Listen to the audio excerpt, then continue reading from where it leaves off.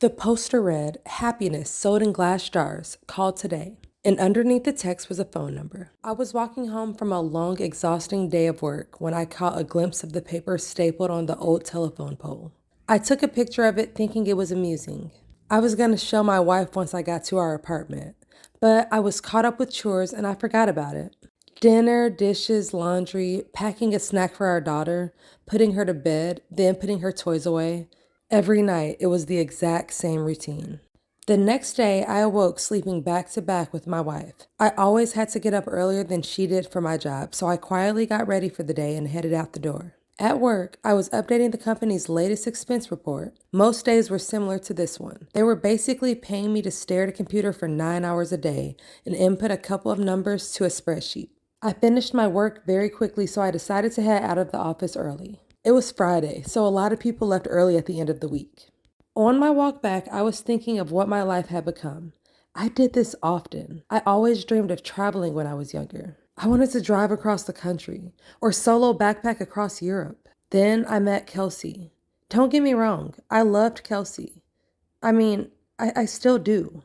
We just don't have a spark anymore. When you meet someone and get in a relationship, whether it's meant to be or not, some of your personal life plans have to get put on hold. And then that relationship turns to marriage.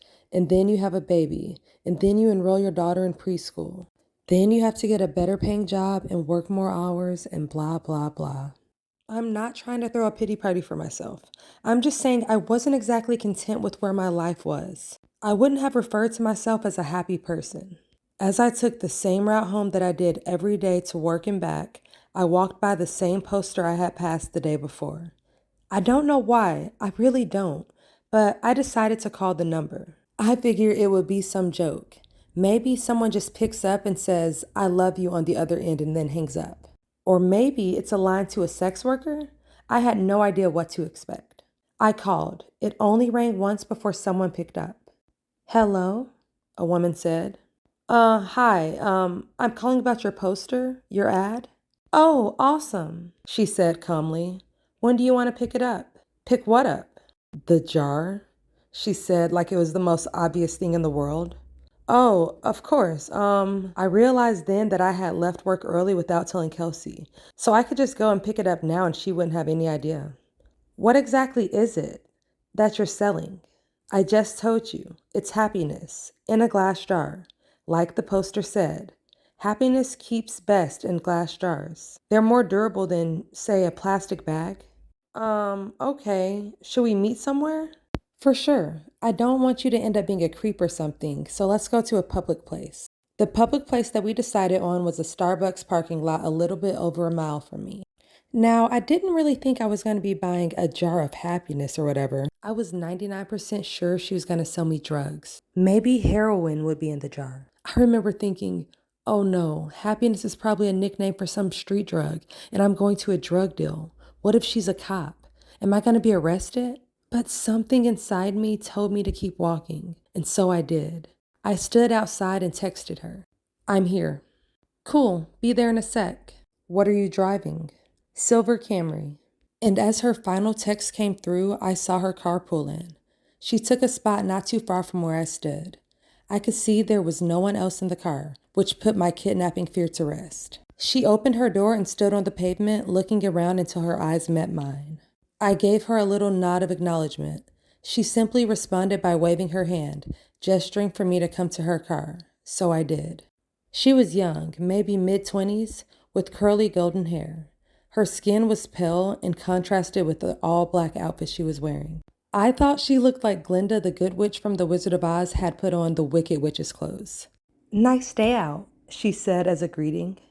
"Oh yeah, it is. Hadn't really paid attention to it." "You were the one that called about the jar, right?" "Yeah, that was me." "Cool. Well, here you go." She handed me a very small glass mason jar. It couldn't have been more than 2 inches tall. Inside of the jar was a light. Not a light bulb, just light. It was like someone bottled up sunshine. It glowed even in the mid-afternoon daylight. It looked like a tiny sun, or a tiny universe existing in this little crystal-walled home. I was admiring it with no attempt to hide the awe on my face. "Pretty rad, isn't it?" What is it?"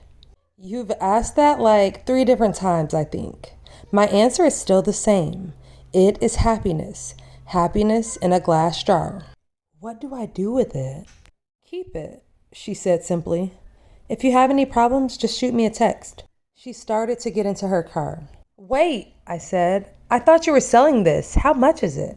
Don't worry about it, man, she said with a smile. You'll pay. She closed her door and I stepped out of her way as she backed up and then drove off. What the hell had just happened? What was I holding? I looked down at the jar again. Its radiance was simply mesmerizing. I put it in my pocket and I could still see the glow slightly through my pants. I began to walk home. What was just a warm, sunny day quickly changed into a rainy one with clouds wrapping the sky. It wasn't forecasted that it would rain, or else I would have ridden the bus that day. I jogged home trying not to get drenched. I finally found shelter once I made it to my apartment building.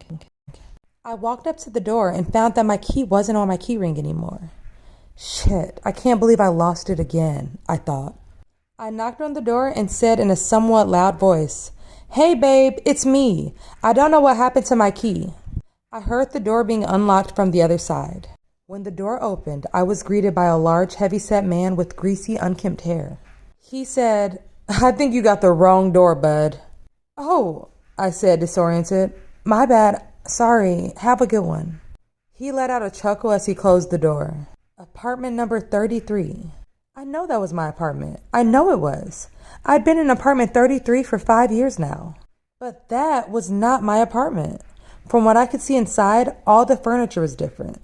It was painted in a different color. It was all wrong. I felt like I hit my head and was drugged. In that moment, nothing made sense. I pulled out my phone to call Kelsey so she could calm me down and to tell her that I got confused for a second. But her contact wasn't even in my phone. In fact, nothing was in my phone. I had no messages from her, no previous calls, no pictures. It was like my phone was reset to factory settings. Did that girl somehow switch my phone out when I wasn't looking? I would have just dialed Kelsey's number manually, but I couldn't quite remember it. I had known it by heart before, but not anymore. I needed to get back to the office. I had all of my contacts backed up on my work computer. Since it was still raining, I hopped on the bus. I rode downtown toward my office, the whole time staring at my wet shoes, wondering what the hell was going on. We have a keycard access to our building, so only authorized personnel can get inside. I always keep my access card and my wallet. Always. But, surprise, surprise, it wasn't there. I buzzed on the speaker we have for guests with appointments or employees as backup in case anyone forgot or lost their card. Bzzz. "Hey, this is Tim. I must have lost my card. My employee number is..." I stopped as I drew blank. A voice came through the speaker. "Tim, you got cut out. What's your employee number?" I can't remember. That's fine. Just tell me your full name and department." Finance. I'm in finance. My full name is Tim Brooks." "Okay, one sec." About 30 seconds later, the man spoke again. "We don't have a Tim Brooks working in this building. Did you have an appointment with someone?" I backed up in shock, almost tripping over my own feet. I had just been in that office an hour or two ago. What was happening to me? I felt like I was getting Alzheimer's, but going through every stage in one day. I stared at my hands, unsure if I was in the right body. I felt like the world around me was disintegrating. I wasn't in control. I was merely sitting inside of someone else's head, watching the world through their eyes. Just then, I got a text. I recognized the number immediately. It was that girl, the one who gave me the jar. I had forgotten all about it until I saw her text. "Hey, how's it going?" I looked at my phone, dumbfounded. It made me angry that she was nonchalant about this. She knew what was going on. She had done this somehow. What the hell did you do to me? The worst is yet to come. I had to stop myself from chunking my phone as far as I could in frustration. I took the jar out of my pocket. It looked unchanged, still glowing just as bright. "What the fuck did you do?" I yelled at the jar. As I stared at the glistening glass, I realized something. I didn't know what my wife's face looked like anymore. As I stared at its glistening glass, I realized something. I didn't know what my wife's face looked like anymore. I knew her name. Well, I knew it started with a K, or maybe a C. I couldn't picture her in my mind. I knew I had a wife. I knew I did, because I had a daughter. I had a wife and a daughter. I just couldn't remember their faces, or their names, or any memories I had with them. I know they existed.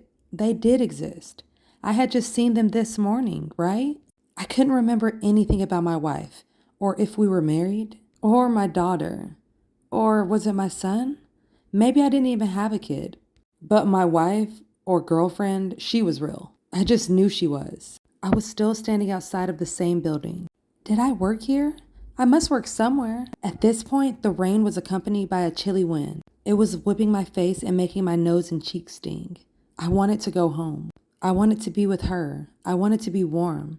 I wanted to go to that shitty office job that kept a roof over my head. I wanted it all. I was soaking wet. I was miserable. I couldn't remember my parents or my childhood.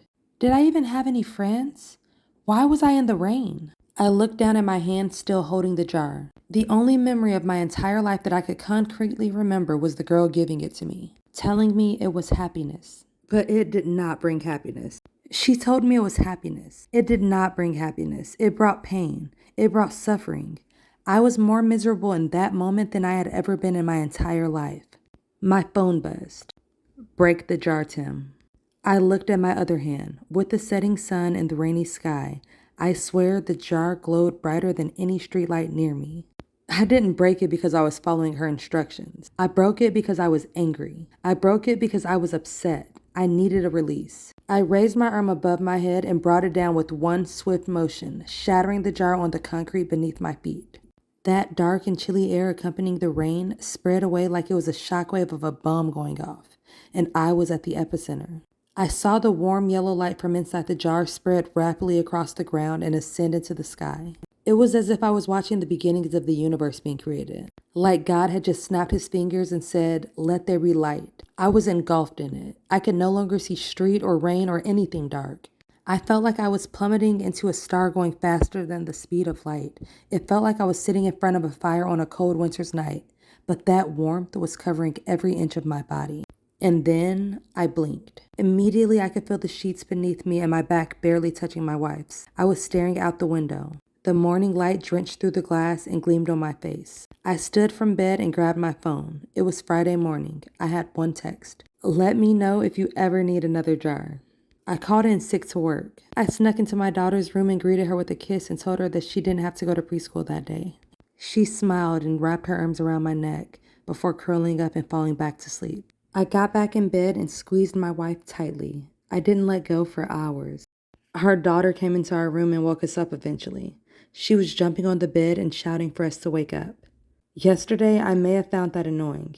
Yesterday, I may have found a lot of things annoying. But not today. Today, I put her under the covers in between me and Kelsey. Today was going to be a good day. Today, I was happy. Okay, so I know I always do the scary stories, but for this one, I wanted something positive. So let me know what you think. Also, shout out to the writer, Reddit username Flard.